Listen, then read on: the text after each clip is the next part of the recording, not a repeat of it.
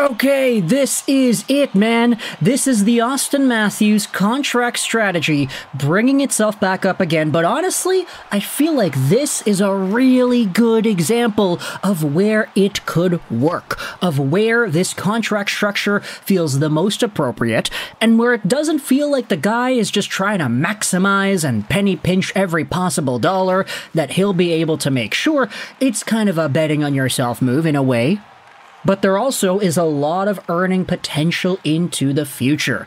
The LA Kings have done a fantastic move in signing forward Quinton Byfield to a 5-year extension worth an AAV of $6.25 million a year.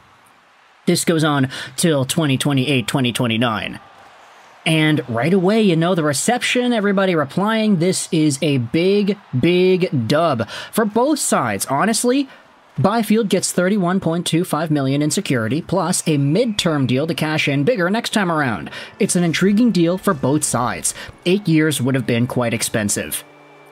And this is where I say that it's a really good deal for LA, because honestly, when you talk about some of these younger guys and players who have signed the bridge deal in the past, it's honestly getting a little bit less common nowadays to see the bridge deal actually have bridge deal kind of money.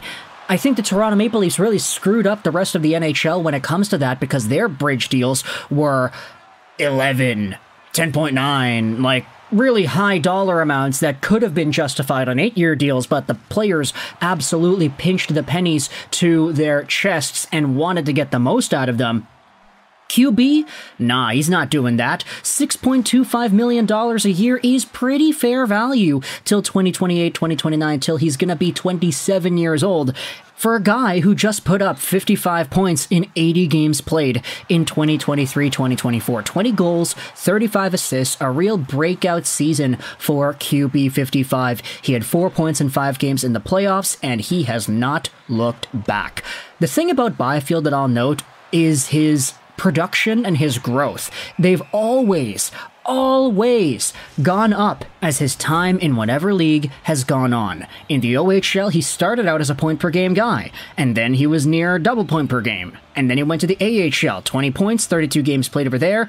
He kind of had a little bit of a setback in 21-22, but the year after, guess what? Point-per-game guy in the AHL, 22 points in 53 NHL games, and then this season he had the 55-point season in 80 games. QB 55 was never going to be an immediate, right-away answer to everything LA Kings hockey, but he always had the potential to grow into that. And for a guy who's as big as he is, 6'5", 216, who has the ballerina-like feet that he's got and the stick handling and a phone booth quality that he has too, this was always going to be a player who took time.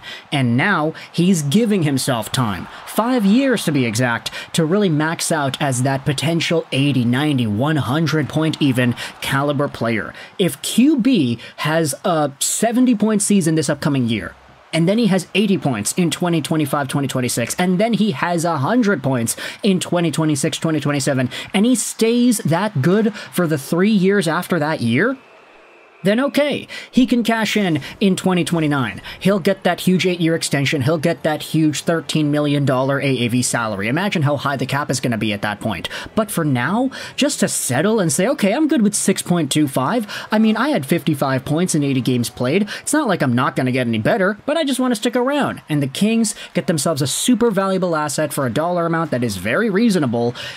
This is a really big win-win all around. Honestly, QB could have gotten a lot more money if he had gone for a higher term.